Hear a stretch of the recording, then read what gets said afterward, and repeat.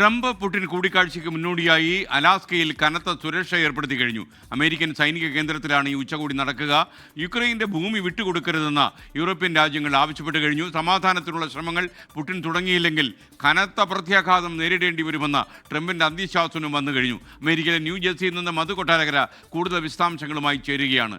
ആളിനെ നോക്കാത്ത രീതിയിൽ അന്ത്യശാസനം കൊടുക്കുന്നത് ഇപ്പോൾ ട്രംപിൻ്റെ പതിവായിരിക്കുന്നു. ഇതൊക്കെ പുടിൻ സ്വീകരിക്കുമോ എന്ന കാര്യമാണ് നമുക്ക് സംശയം. ഗുഡ് മോർണിംഗ്, പറയൂ. Good morning S K. Russian president Vladimir പുടിനുമായിട്ടുള്ള ഊഷ്മളമായ ബന്ധത്തെക്കുറിച്ച് US പ്രസിഡന്റ് ഡൊണാൾഡ് ട്രംപ് പലപ്പോഴും വലിയ ആവേശത്തോടെ പറയാറുണ്ട്. എന്നാൽ ഈ കഴിഞ്ഞ 6 വർഷത്തിനിടെ ഇരുവരുടെയും വീണ്ടുമുള്ള ആദ്യ ഒരു കൂടിക്കാഴ്ചയ്ക്ക് ഇനി വെറും മണിക്കൂറുകൾ മാത്രമാണുള്ളത്.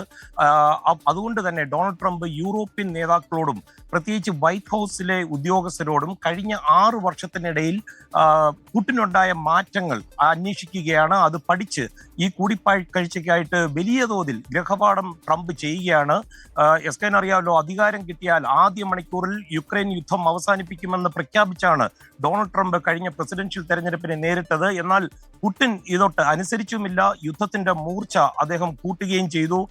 എസ് കെനെ ഇന്ന് യൂറോപ്യൻ ലീഡേഴ്സും യുക്രൈൻ പ്രസിഡന്റ് സെലൻസ്കിയുമായി ഡൊണാൾഡ് ട്രംപ് നടത്തിയ ഒരു വിർച്വൽ കോൺഫറൻസ് ഉണ്ടായിരുന്നു. അതിൽ പ്രധാനമായിട്ടും യുക്രൈന് അവരുടെ പ്രദേശങ്ങൾ ഒരു കാരണവശാലും ഈ ചർച്ചയിലൂടെ ആകരുത് എന്ന് ഉറപ്പുവരുത്തണമെന്ന് ആവശ്യപ്പെടുകയായിരുന്നു. യുദ്ധം അവസാനിപ്പിക്കുവാൻ പുടിൻ സമ്മതിച്ചില്ലെങ്കിൽ ശക്തമായ നടപടികൾ ഉണ്ടാകുമെന്ന് ഈ യോഗത്തിന് ശേഷം ഡൊണാൾഡ് ട്രംപ് പറയുകയും ചെയ്തിട്ടുണ്ട്. ഈ ഉച്ചകോടിയിൽ യുക്രൈന്റെ സ്ഥലങ്ങൾ വിട്ടുകൊടുക്കുന്നത് സംബന്ധിച്ചുള്ള ചർച്ചകൾ ചെയ്യുവാൻ പാടില്ല എന്ന കാര്യം ട്രംപ് സമ്മതിച്ചതായിട്ട് പിന്നീട് ഫ്രഞ്ച് പ്രസിഡന്റ് ഇമ്മാനുവൽ മാക്രോൺ പറയുകയും ചെയ്തു. അത്തരം കാര്യങ്ങളൊക്കെ ചർച്ച ചെയ്യേണ്ടത് യുക്രൈൻ പ്രസിഡന്റ് സെലൻസ്കി ആയിരിക്കണമെന്നും മക്രോൺ പറഞ്ഞിട്ടുണ്ട്. എസ്കനെ അലാസ്കയിൽ പുടിനുമായിട്ടുള്ള കൂടിക്കാഴ്ചയുടെ ലക്ഷ്യം സെലൻസ്കിയെ കൂടി ഉൾപ്പെടുത്തിയുള്ള ഒരു തുടർ നടപടികൾക്കായിട്ടുള്ള ഒരു മേശ ഒരുക്കുക എന്നതാണെന്ന് ട്രംപ് ഇന്ന് മാധ്യമപ്രവർത്തകരോട് പറഞ്ഞത്. പുടിനുമായിട്ടുള്ള ആദ്യ കൂടിക്കാഴ്ച ശരിയാകുകയാണെങ്കിൽ അധികം വൈകാതെ തന്നെ ഉടൻ രണ്ടാമത്തെ കൂടിക്കാഴ്ച ഉണ്ടെന്നും ട്രംപ് പറഞ്ഞു.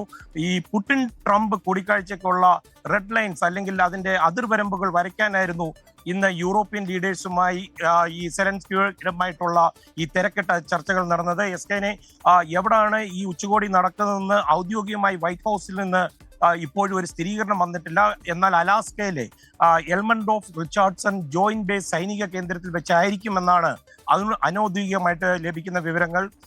എസ്കനെ ഈ കൂടിക്കാഴ്ചയുമായി ബന്ധപ്പെട്ട് ഒരു കാര്യം കൂടെ പറയാൻ പറ്റുമോ? തീർച്ചയായിട്ടും.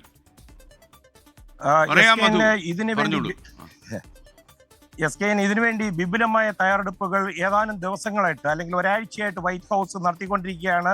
അന്താരാഷ്ട്ര രംഗത്തെ പ്രമുഖരായ മാധ്യമങ്ങൾ ഇത് റിപ്പോർട്ട് ചെയ്യാൻ പോകുന്നുണ്ട്. ഈ അന്താരാഷ്ട്ര മാധ്യമ സംഘത്തിൽ ഇന്ത്യയിൽ നിന്ന് 24 ന്യൂസിനെയും കൂടെ ഉൾപ്പെടുത്തിയായിട്ടുള്ള അറിയിപ്പ് അല്പമണിക്കൂർ മുമ്പ് വൈറ്റ് ഹൗസിൽ നിന്ന് നമുക്ക് ലഭിച്ചിട്ടുണ്ട്.